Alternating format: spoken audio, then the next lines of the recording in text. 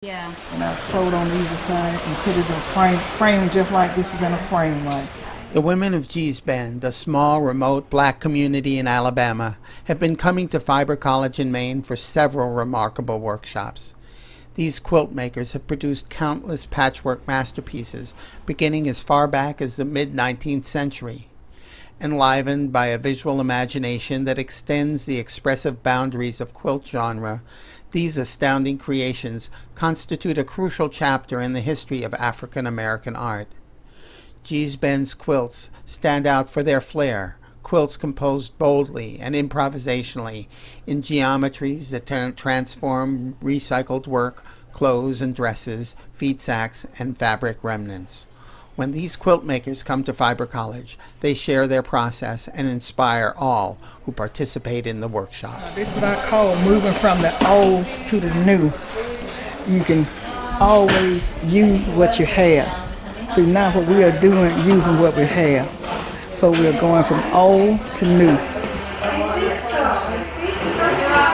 When we was coming up, our mother taught us how.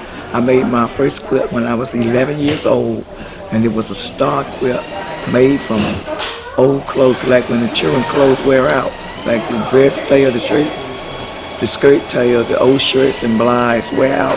My mother would always take that best part off that piece that was worn out and cut it out, and she made quilt from that.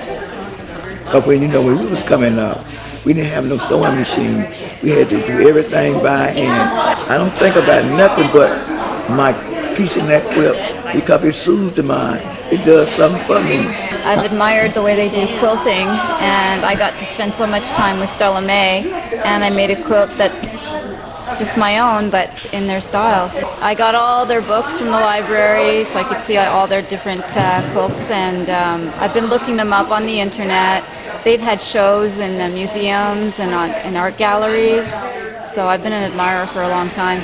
Well, they don't follow mainstream rules. They created their own rules, their own designs. They made quilts from what they had because they needed them for warmth, but they made them beautiful as well as being something to keep them warm. And I love that they didn't use your traditional quilt fabrics. They used work clothes and pants from donations that they couldn't wear or whatever they had. Once it was worn out, they made it into a quilt. Every stitch I stitch, I love it. Every minute I sit there, I love it.